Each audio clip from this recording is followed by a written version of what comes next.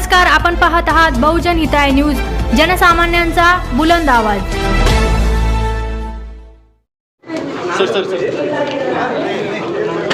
Mobile मार दिया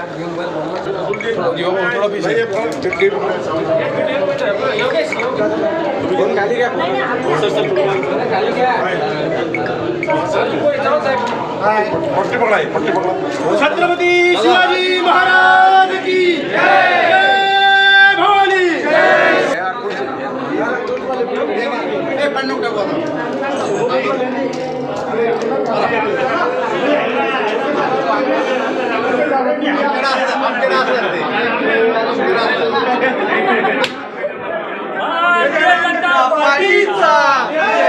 भारतीय जनता पार्टीचा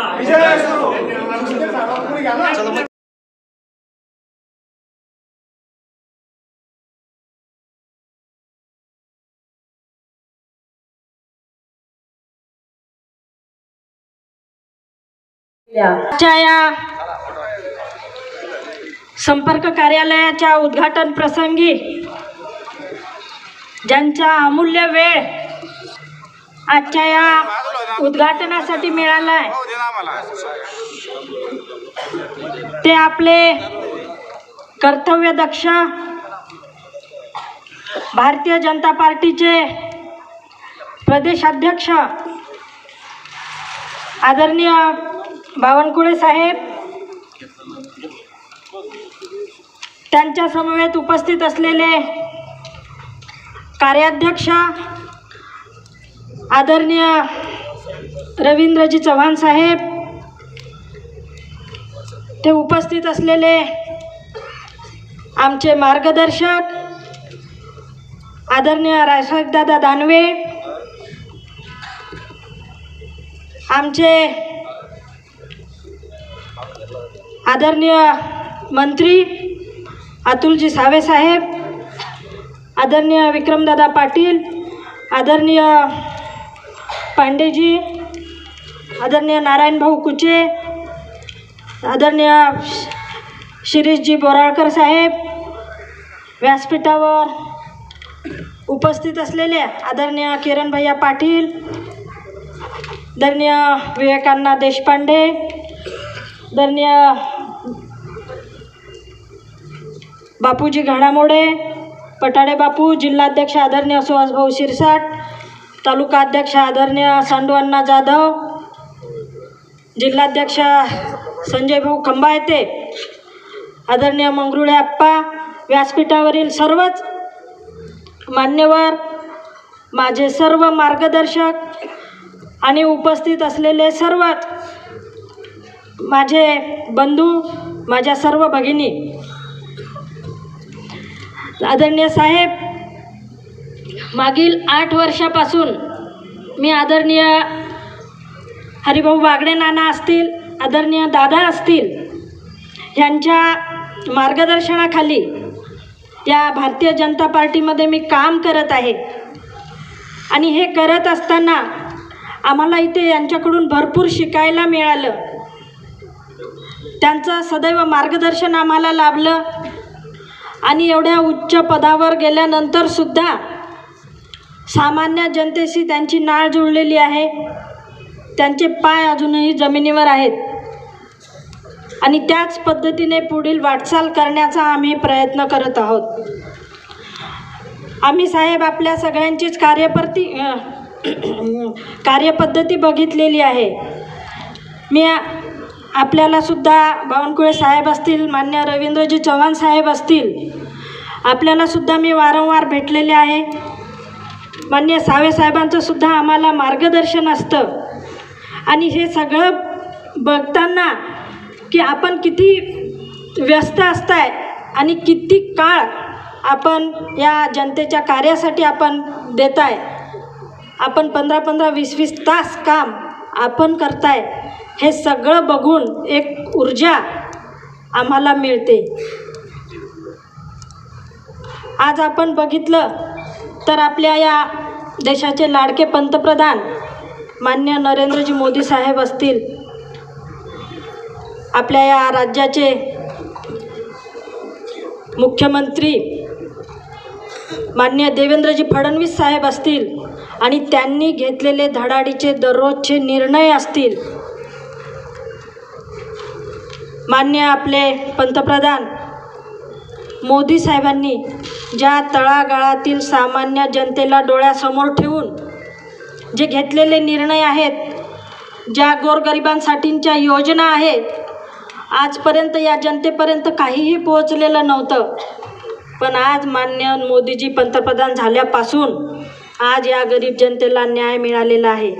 मग त्याच्यामध्ये कष्टकरी आपला शेतकरी असेल, महिला असेल, युवक असेल, दिव्यांग असतील, प्रत्येका गरजूसाठी इथे योजना आहेत. आणि त्या प्रत्येक योजनेचा लाभ देण्यासाठी आज हे कर्तव्य आपल्यासारख्या लोकप्रतिनिधींचं आहे. ह्या ज्या योजना आहेत ती प्रत्येक योजना त्याचा प्रत्येकाचा लाभ आपल्या या तळागाळातील जनतेपर्यंत पोहोचवण्याचं काम आमच्यासारख्या लोकप्रतिनिधींचं आहे साहेब. आणि तेच कार्य करण्याचा आम्ही प्रयत्न करत आहे. आज आपण हे कार्यालय बघितलं तर या कार्यालयामध्ये आम्ही जे वेगवेगळे विभाग काढलेले आहेत, वेगवेगळे टेबल काढलेले आहेत,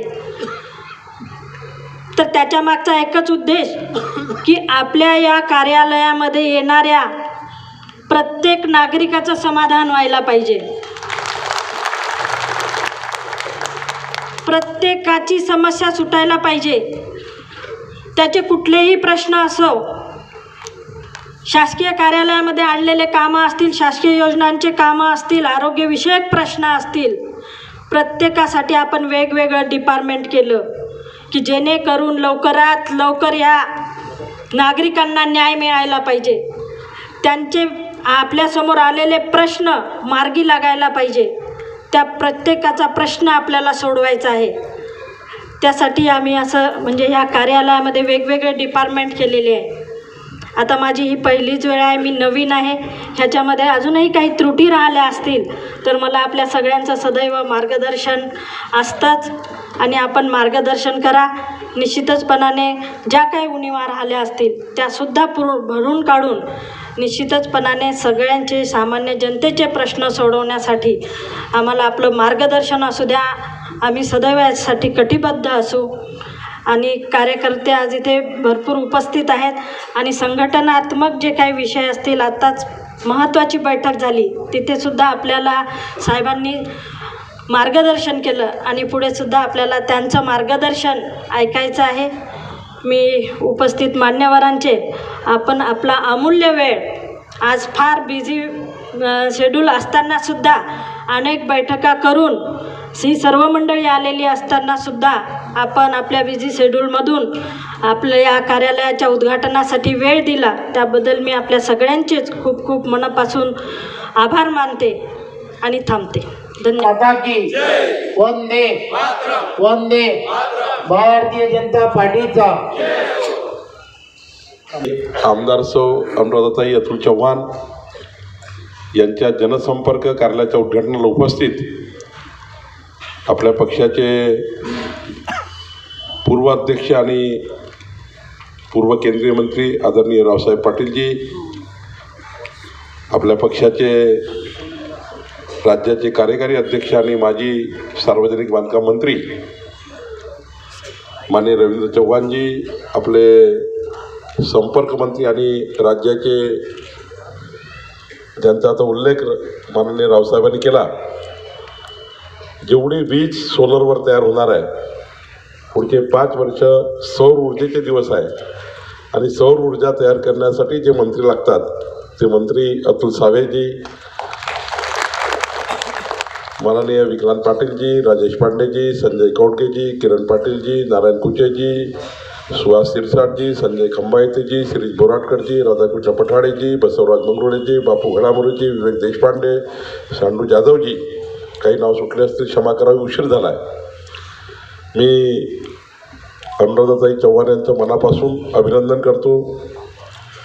जेव्हा त्यांचा परवा मला फोन आला, त्यांनी मला प्रस्ताव दिला की मी विधानसभेची सदस्य म्हणून माझं कार्यालय या ठिकाणी जनसेवेकरता जनतेला जे आम्ही आश्वासनं दिले, जे वचनं दिले आहे जो संकल्प केला आहे तो संकल्प पूर्ती करता आम्ही कार्यालय उघडतो आहे. आणि मला माननीय हरिभाऊनाना बागडेंचाही फोन आला की हे कार्यालय आपण उद्घाटन केलं पाहिजे. आज मला या गोष्टीचा अभिमान आहे की आपल्या पुढच्या 5 वर्ष जे जनतेचे मतं आपण घेतले आहे, मताचं दान जरी संविधानाने म्हटलं आहे, पण मताचं कर्ज आपण स्वीकारलं आहे. आणि मताचं कर्ज पुढचे 5 वर्ष माननीय मोदी सरकारच्या, देवेंद्र फडणवीस सरकारच्या योजना समाजाच्या शेवटच्या व्यक्तीपर्यंत पोहोचवून जनतेच्या मताचं कर्ज कसं परत करता येईल याकरता या कार्यालयाचं त्यांनी उद्घाटन केलं आहे. खरं तर माननीय रावसाहेबांनी, रवीनी, माननीय अतुलजींनी आपल्या ताईबद्दल या ठिकाणी आपल्यासमोर मांडला आहे. मी एवढंच सांगेल की जेव्हा विधानसभेचा सदस्य निवडून येतो तेव्हा मंत्रालयाची 7 मजल्याची इमारत आणि त्यात बसणारा प्रत्येक अधिकारी त्यांच्या चेंबरमध्ये जाऊन आपल्या विधानसभा मतदारसंघाकरता जे जे काही आणता येईल ती जबाबदारी विधानसभा सदस्याची असतं. विधानमंडळाच्या गोल इमारतीमध्ये आपल्या मतदारसंघाचे प्रश्न मांडणे, जसं कोर्टामध्ये केस मांडायला वकील लागतं, तसं आपल्या विधानसभेतल्या 5 लक्ष जनतेचे प्रश्न मांडण्याकरता आपला आमदार त्या ठिकाणी विधानमंडळात आपले प्रश्न मांडतो. आणि त्या ठिकाणी बसलेलं सरकार हे जेव्हा प्रश्नाचं उत्तर देतं किंवा योजना मान्य करतं, मंत्रालयाची 7 मजल्याची इमारत, त्या मजल्यातनं मग आपल्या भागाच्या सुविधाकरता निधी येतो. खरं तर आमदारांचं काम आहे आपल्या मतदारसंघाचा योग्य वकील म्हणून काम करणं. मला अभिमान आहे की आमदार होताच आपल्या अनुराधाताईंनी आपल्या मतदारसंघाचं पूर्ण सेटअप तयार केलं. त्यांनी विविध प्रश्नाचा अभ्यास केला आणि मंत्रालयात येत असताना मंत्री म्हणून बघतो आहे प्रत्येक मंगळवारी बुधवारी येऊन आपल्या राज्यातल्या सर्व मंत्र्यांच्या चेंबरमध्ये जाऊन त्या ठिकाणी सर्व प्रधान सचिव, सचिवांकडे जाऊन आपल्या भागाचे प्रश्न मांडण्याची सुरुवात त्यांनी केली आहे. खरं तर मी सुद्धा आता 25 वर्ष आमदार आहे, रवी चव्हाणही 25 वर्ष आमदार आहे, रावसाहेबांनी पूर्णच आयुष्य घातलं आहे. पण मला विश्वास आहे की ज्या पद्धतीने अनुराधाताईंनी काम सुरू केलं आहे, जसं रावसाहेबांनी म्हटलं की पुढच्या 5 वर्षानंतर आमदाराची परिस्थिती अशी होतं की डेप्युटेशन येतं की आता तिकीट देऊ नका. पण मी तुम्हाला दाव्याने सांगतो, ज्या पद्धतीचं काम अनुराधाताईंनी सुरू केलं आहे, पुढच्या 5 वर्षांनी त्यांना तिकीट मागण्याची गरज पडणार नाही. कारण रवीसुद्धा असाच आहे, त्याला तिकीट मागण्यासाठी पार्टी कार्यालयात यावं लागत नाही. रावसाहेब कधीच पार्टी कार्यालयात तिकीट मागायला आले नाही. मी सुद्धा 8 निवडणुका लढलो, मी कधी पार्टी कार्यालयात गेलो नाही. तिकीट मागण्याकरता पक्षाच्या कार्यालयात जायची गरजच पडणार नाही. एवढं चांगलं काम अनुराधाताई उभ्या करतील, जेणेकरून आपल्या जनतेच्या समस्येच्या सेवेकरता त्या खऱ्या अर्थाने तत्पर आहे. या ठिकाणी मुळातच त्यांना अतुलचा त्या ठिकाणी मोठा सहयोग आहे. कारण शेवटी एखाद्या प्रशासकीय अधिकाऱ्यांनी एखादा प्रकल्प हाती घेतला, कारण मी जेव्हा वर बघत होतो ज्या पद्धतीचे प्रकल्प अतुलनी योजना तयार केल्या, जलयुक्त शिवारचे असतील, नाले सरळीकरणाचे असतील, पाणी पोहोचवायचे असतील, आणि या मतदारसंघात तर हरिभाऊ नाना बागडेजींचं पूर्ण आयुष्य गेलं आहे. त्यांनी अशी एकही योजना नाही महाराष्ट्रातल्या केंद्र सरकारच्या काळातली त्यांनी आणली आहे. म्हणजे हरिभाऊ नाना बागडेंनी मोदी सरकारच्या आणि आपल्या महाराष्ट्र सरकारच्या योजना, या योजनेचा सर्वात जास्त अभ्यास कोणी केला तर हरिभाऊ नाना बागडेंनी केला. आणि हरिभाऊ नाना बागडेसारखा एक कर्तव्यदक्ष नेता जे आमच्याकरता आदर्श आहे. आज त्यांना पक्षाने ज्या पद्धतीनं उंची मिळवून दिली आहे, राज्यपालसारख्या राज्याचे ते राज्यपाल आहेत आणि अजूनही ते राज्यपाल राहूनही त्यांचं लक्ष कुणावर आहे तर फुलंब्री मतदारसंघाच्या कार्यकर्त्यावर अजूनही लक्ष रामभाऊ या ठिकाणी हरिभाऊ नाना बागडेचं आहे. मला परवा एका रुग्णाकरता फोन आला की बावनकुळे साहेब तुम्ही जरा अनुराधाताई बोलल्याचं आहे, तुम्ही सुद्धा बोला. म्हणजे आताही आपल्या मतदारसंघाच्या जनतेचं कर्ज आपल्यावर आहे. ते राज्यपाल आहेत, त्याला तर राजस्थानहून गरज नाही आहे. पण हरिभाऊ नाना बागडेंना आताही कोणी फोन केला या मतदारसंघातनं 5 मिनिटात रिव्हर्स फोन तो अनुराधाताईला येतो, मला येतो, रावसाहेबाला येतो, कुणाला तरी ते फोन करतील, तिथल्या प्रशासकीय योजनेबद्दल फोन करतील, तिथला तहसीलदार ठाणेदाराबद्दल फोन करतील. खऱ्या अर्थाने इतका चांगला पितृतुल्य कवच हरिभाऊ नाना बागडेसारखं मृत्यूतुल्य कवच अनुराधाताई चव्हाणांच्या मागे उभा आहेत, त्यांच्या पाठीशी उभा आहेत. आणि त्यामुळं एक मोठं इंजिन, मोठं प्रभावशाली व्यक्तिमत्व हरिभाऊ नाना बागडेचं आपल्या अनुराधाताई चव्हाणांच्या मागे उभे आहेत. मला आदर्श केव्हा वाटला आपल्या चव्हाणताईचा, वर जेव्हा आम्ही कार्यालय उद्घाटन केलं आणि त्यांना मी खुर्चीवर बसवण्याकरता गेलो. मी, रावसाहेब आणि रवी 2 खुर्च्या ठेवल्या होत्या. मी त्यांना म्हटलं मोठ्या खुर्चीवर बसा, बाजूची खुर्ची त्या ठिकाणी बाजूला करू. त्यांनी एका मिनिटात सांगितलं, ही खुर्ची माझी नाही आहे, ही हरिभाऊ नाना बागडेची खुर्ची आहे. या खुर्चीवर मी कधीच बसणार नाही, कारण या खुर्चीने या मतदारसंघाला, या राज्याला मोठं कर्तृत्व दिलं आहे. त्या व्यक्तिमत्वाच्या खुर्चीवर मी बसणार नाही, ती खुर्ची तशीच राहील, पण त्यांच्या खुर्चीवर मी बसणार नाही. यालाच आदर्श व्यक्ती म्हणतात. हे आदर्श कर्तृत्ववान कार्यकर्त्याचं लक्षण आहे. आणि म्हणून खऱ्या अर्थाने एक मोठं नेतृत्व आपल्याकडे आता पुढे जाण्याचा प्रयत्न करत आहे. आणि आता तर राखीवचा काही प्रश्नच नाही. आमचे प्रश्न निर्माण होतील 2029मध्ये, पण अनुराधाताई त्याचा प्रश्न येणार नाही. महिला झालं तरी अनुराधाताई आहे आणि जेंट झालं तरी अनुराधाताई आहे. त्यामुळं खऱ्या अर्थाने पुढचे आता 15 वर्ष, बरोबर आहे रावसाहेबांनी म्हटलं, हे खरं आहे. 15 वर्ष आता पुढच्या काळामध्ये ताईचं नेतृत्व पुढं गेलं पाहिजे. आणि पुढच्या काळामध्ये महिला आरक्षण येणार आहे मंत्रिमंडळात. आणि त्यामुळे पुढच्या काळामध्ये 5-10-15 वर्षानंतर कधी ना कधी हरिभाऊ नानाचं स्वप्न जे आहे, तुमचं माझं स्वप्न जे आहे की आपल्या भागाचा आमदार उद्या मंत्रिमंडळातही असला पाहिजे, याकरता पुढच्या काळामध्ये खऱ्या अर्थाने तो माझा आज अधिकार नाही आहे, पण 15-20 वर्ष चांगलं काम केल्यानंतर निश्चितपणे तुला संधी मिळाली, मला संधी मिळाली, रवींद्र चव्हाणांना संधी मिळाली, रावसाहेबाला मिळाली. शेवटी 15-20 वर्ष एखादा आमदार होतो, त्याला कधी ना कधी चांगली संधी मिळतात. आणि महिलामध्ये तर आपण चांगल्या कार्यकर्त्या असल्या पाहिजे. आज मेघनाताई बोर्डीकर राज्याच्या मंत्री झाल्या आहेत, माधुरीताई मिसाळ राज्याच्या मंत्री आहेत. निश्चितपणे त्यांनी 25-25 वर्षात माधुरीताई आमदार आहेत, मेघनाताई 3दा निवडून आल्या आहेत. आपल्याला भागामध्ये जर चांगलं काम केलं तर पक्ष त्याचा न्याय देत असतो. धन्यवाद. आज मला या ठिकाणी एवढंच सांगत आहे, एक चांगली संधी पक्षाने आपल्या ताईला दिली आहे. आता ताईची जबाबदारी आहे की हरिभाऊ नाना यांच्या पावलावर पाऊल टाकून हा मतदारसंघ महाराष्ट्रातल्या पहिल्या 10 मतदारसंघामध्ये त्यांनी आणला पाहिजे.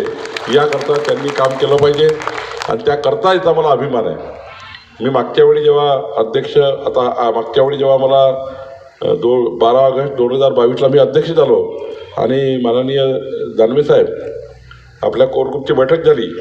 माननीय मुख्यमंत्र्यांनी मला सांगितलं की विधानमंडळामध्ये आणि मतदारसंघातल्या काम करणाऱ्या उत्कृष्ट आमदाराचं सर्वेक्षण केलं पाहिजे.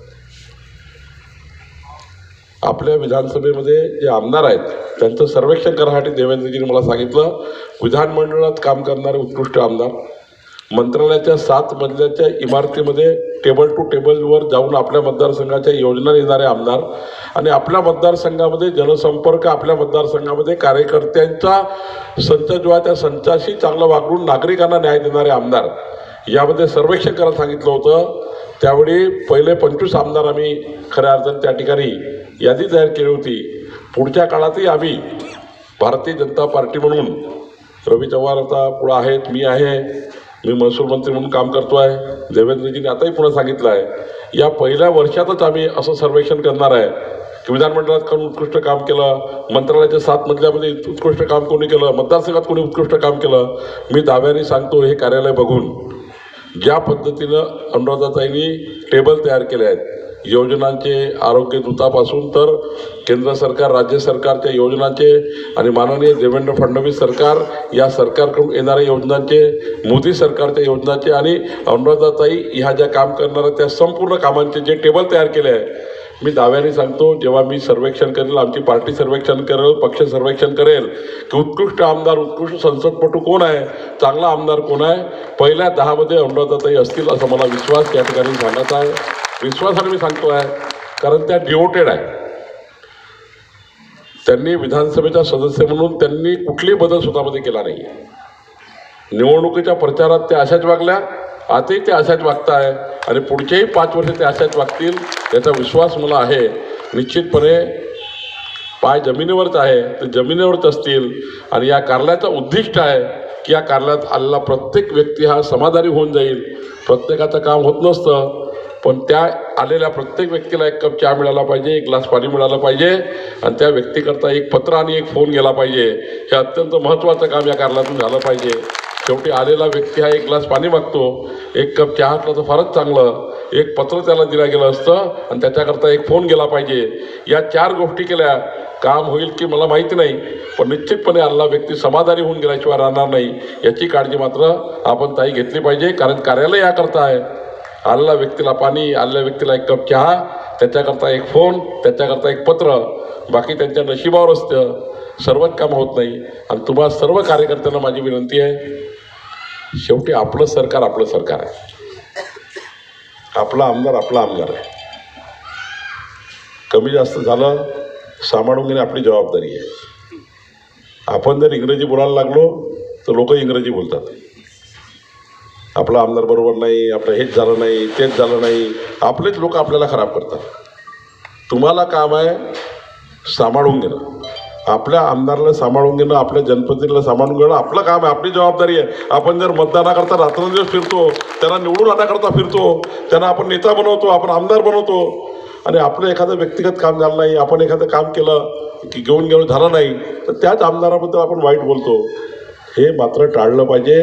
कारण आपला आमदार आहे, आपलं सरकार आहे.